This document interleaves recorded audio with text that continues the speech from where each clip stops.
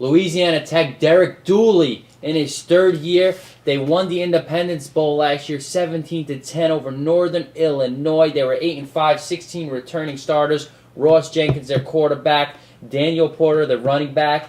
And their wide receiver, diminutive guy, but he is a playmaker. Philip Arribas-Livas. He's 5'8", 175 pounds. First team All-WAC. I like that offensive line. They got a veteran group led by Rob McGill, 6'6", 300 pounds. He's a really good player. That offensive line is going to help them win a lot of games. Daniel Porter, 1,100 yards rushing, 9 touchdowns. Real good player as well, too. I need for Ross Jenkins to improve on 53% completion percentage in order to be competitive in the WAC.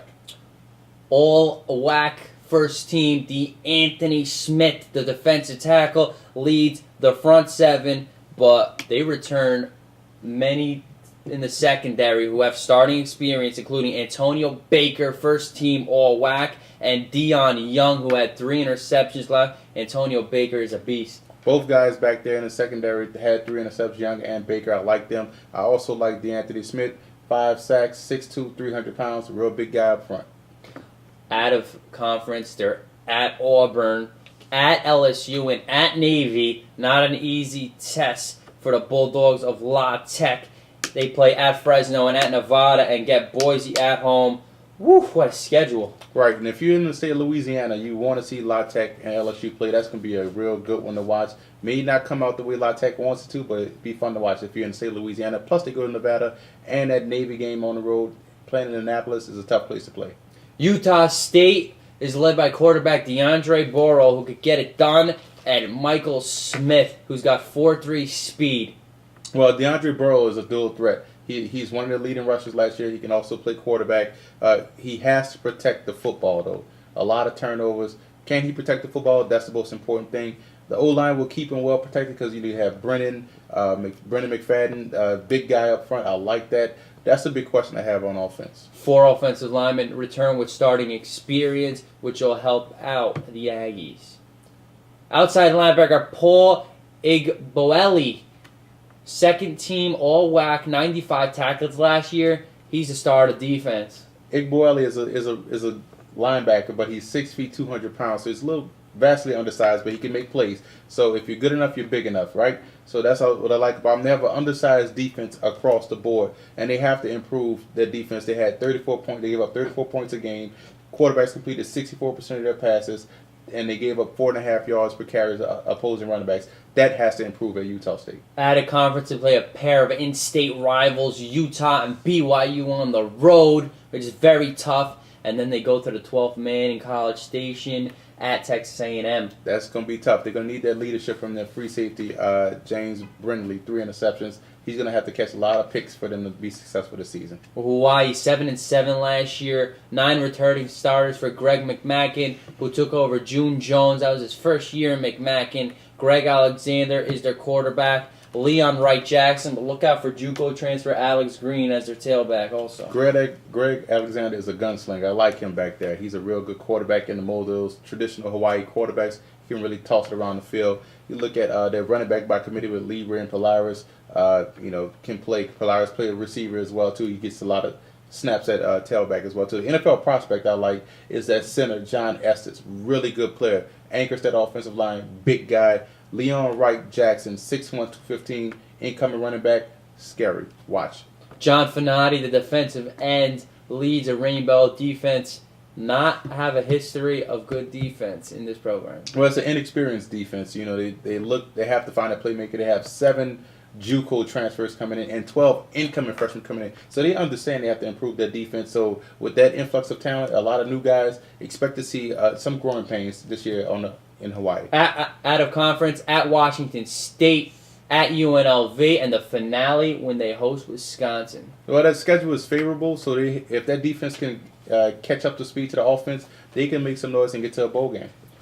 The Vandals of Idaho, Rob Aki, 13 returning starters, 2-10 last year. Nate Enderle is their quarterback. Deontay Jackson, their running back, and they're led by second-team All-Conference Mike Iupati, the senior left guard. Well, what's going to happen? They're going to rely more on the running game as they get a new quarterback in there and try to get acclimated to the system. Look at Deontay Jackson to improve on his 690 yards last season. They got a veteran offensive line, 3 seniors on the offensive line, led by redshirt freshman center Guy Reynolds. I like his game. I like the way he plays.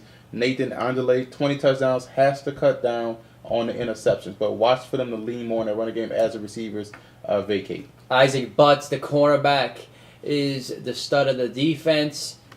Can they get any stops here in the WAC? Well, I hope so. Isaac Butts and Verdell Larkins, 2 good cornerbacks, back there. So they have some talent in the secondary. They have a really light linebacking core, really small, so that's going to hurt as far as stopping the run. So the defense has to get better. At Washington and at Northern Illinois, out of conference. Well, in September, if they get through September, they can build some mojo going into conference play. New Mexico State has Dwayne Walker, the former interim coach and defensive coordinator of UCLA. He takes over a 3-9 squad, returning 10 players with starting experience. Jeff Fleming, the quarterback, Markel Colston, their running back, and the small Marcus Anderson, but he's an explosive receiver. Well, you got to look at they're breaking in a new quarterback, so expect the running game to pick up a little bit. Markel Colston to see more attempts. He's a really good running back. They bring in that JUCO wide receiver that you speak of, Marcus Allen. So I like that. He's a really good player. Watch out for him. They have a huge offensive line, huge, 6'4", 320 pounds across the board average. That's a big offensive line. That's going to help out the quarterback and create some play action opportunities for the receiver. 3 offensive linemen return with starting experience. Joe Palmer, the left tackle, the senior, anchors it.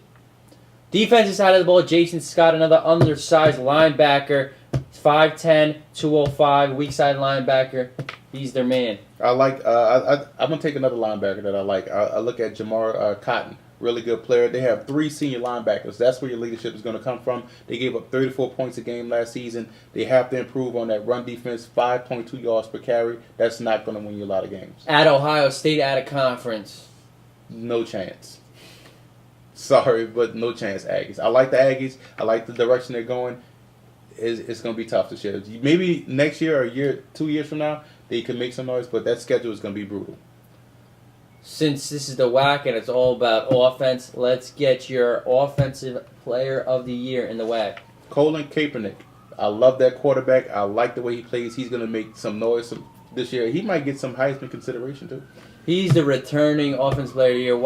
You can't go wrong with him. But let's go with Philip Livas of Louisiana Tech. You're going to go with Livas. Okay. Best pro prospect in this conference. Pro prospect, you got to go with, I'm going to go ahead with Kaepernick again. I think the NFL, the way it's going, you got to have a guy back there that can move, that can do some things. I think he's going to do a lot this year. Look for him. Let's go with Ryan Matthews, tailback of Fresno. That's a good back. That's a good, I like that pick.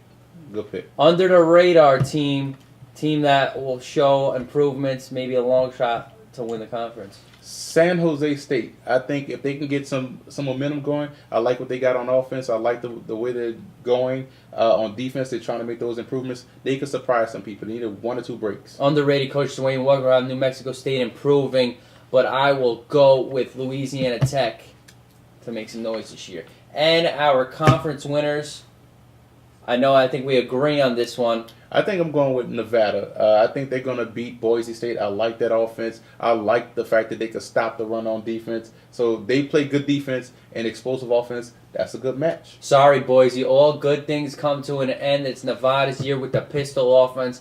Kaepernick gets it done. Got enough players on defense. We both like Nevada to take the Western Athletic Conference in 2009 and get to a decent bowl game. Will be interesting. I think if they upset Notre Dame, they can get to the BCS game. They're going to be battle tested. They got a good out-of-conference schedule. That's going to help them play against weaker teams in the WAC. Yes, Always sir. Good for a team. And for more college conference previews, visit footballgameplan.com/NCAA.